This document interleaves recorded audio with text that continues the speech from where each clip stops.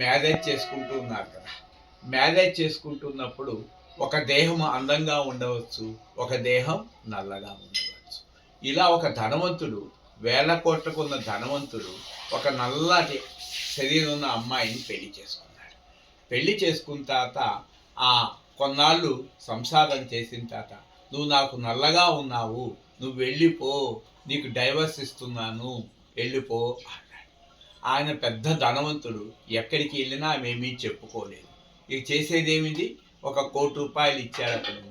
ఆమె కట్నం కూడా తేలేదు కదా, ₹1,00,00,000 తీసుకొని వెళ్ళిపోయింది.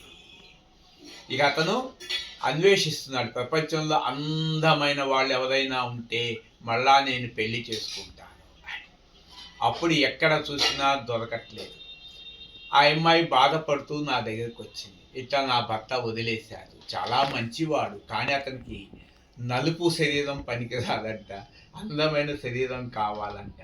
నేనేం చేశానంటే ఒక ట్రిక్ ప్లే చేసేసి ఆమె ఒక ఫోటోని వేరే తీసేసి అందమైన శరీరంతో ఫోటో ఉన్నట్టుగా పంపించమన్నాను. ఆ వాయిస్ కూడా మార్చేశాను. ఆ ఫోటో ఆయన పెడితే, అబ్బా నీకు 100 కోట్లు ఇస్తాను, నిన్ను నేను వివాహం చేసుకుంటాను అన్నాడు. అడ్రస్ చెప్పమంటే నేను అడ్రస్ చెప్పనండి.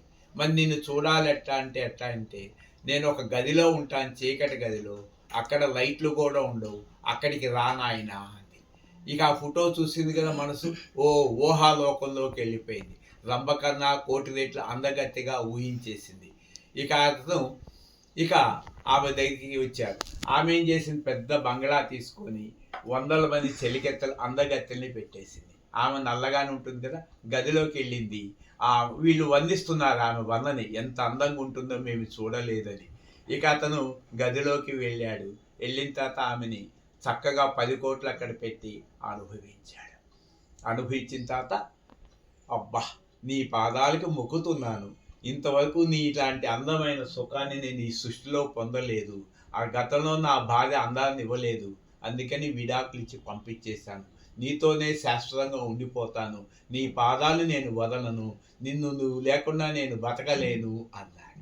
అంతలోకి ఆమె లైట్ వేసింది. ఎవడురా బాబు, ఇంతకుముందు వద్దన్న పెళ్ళావురా, ఇప్పుడు నేను వదలవా అన్నాడు.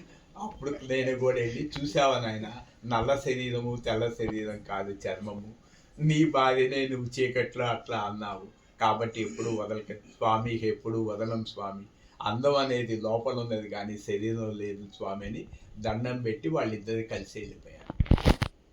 ఇది సొసైటీకి పనికొస్తుంది.